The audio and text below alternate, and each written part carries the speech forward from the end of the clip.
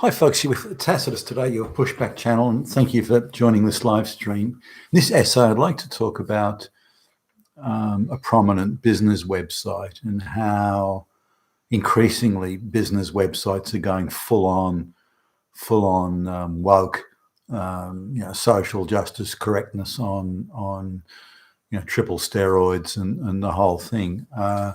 Now, it's interesting in the the business sector that technically, at least, is supposed to be making profits and coming up with new products and innovating and inventing and all this sort of thing. That seems to be just paling into the distance these days, and it's all about how many black lesbians you've got on the payroll. But a lot of big brand name companies, insincerely in my view, but nonetheless big brand name companies, are constantly making posts about how many black lesbians they've hired and how their intake of scientists for this year has all been black lesbians and so on. So and they're proudly proclaiming, we're going to have 50% black lesbians in senior management by next year. Now that means, given they're saying that, hey, our senior manager is way too white, we've got to get rid of all these damn white people, straight white males, and the world will somehow be a better place if we put unqualified quota gender hire black lesbians in there. Now, of course, it won't make anything better. That's absurd. But it's this perverted, childlike view of social justice that ideology that permeates. If we can create equity and equal outcomes, then the world somehow magically will be a better place. No, I don't think anybody believes that, or even the people who say it and fervently claim it don't believe it.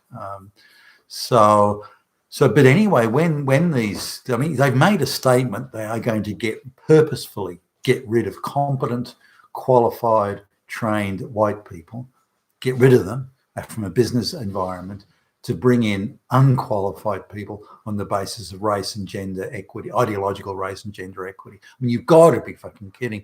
So they make this statement on a business website. They're not making it in the gender studies department of some bullshit fucking university. They're putting it on a prominent business website, and there's not one condemnation. Nothing. Somebody said, this is madness. You're all fucking crazy. Somebody should be coming out, or people should be coming back with that. Not one, but many thousands, tens of thousands. I would guess that if people do try and post that stuff, that it's curated out. Is my take. But nonetheless, there's all you get in response, and it comes so quickly. There's got to be algorithms and bots driving it, but all that comes in response is, oh, that's wonderful. Oh, that's so good. Oh, social justice. Oh, wow. And all these people with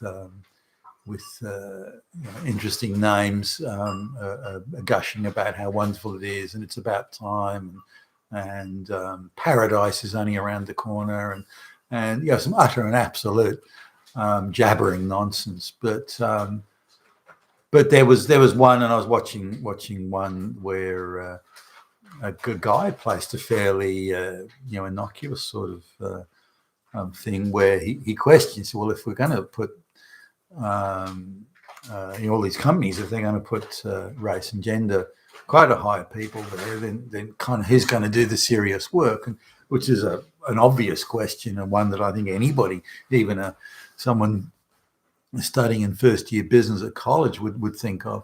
So the guy just asked that question, and wow, there was no curating of the people that were condemning him. That was allowed straight through.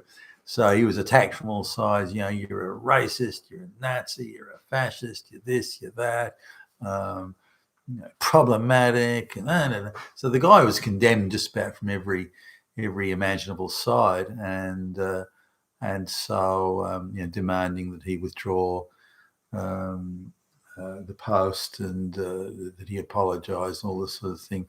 He hasn't so far. Maybe he won't. I don't know. But it was interesting, the difference there. Now, the business website tolerates the most vitriolic anti-white sentiment. That's completely acceptable, completely allowed, condoned, praised, enhanced, boosted.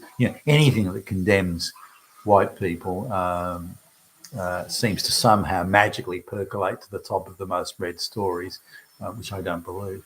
But anything that questions it is roundly condemned, deleted, and taken off. So this is an interesting sort of thing, and this is happening in business websites, but it just illustrates the deep penetration across all forms of communication, online and any other form of communication. The globalist project, which crush white people, crush Christians, crush Gentiles. The globalist project is well on the way, and they completely control the narratives in business, in college, universities, education, on the mainstream media, the free-to-air media, the cable media, not so much, but still they're very prominent. And of course, now all the business websites, all the business websites is churning out the same crap you'll see on CNN. It's insane, but that's how it is, and that's what we have to push back against. You've been with Tastus today, your Pushback channel, and thank you for listening.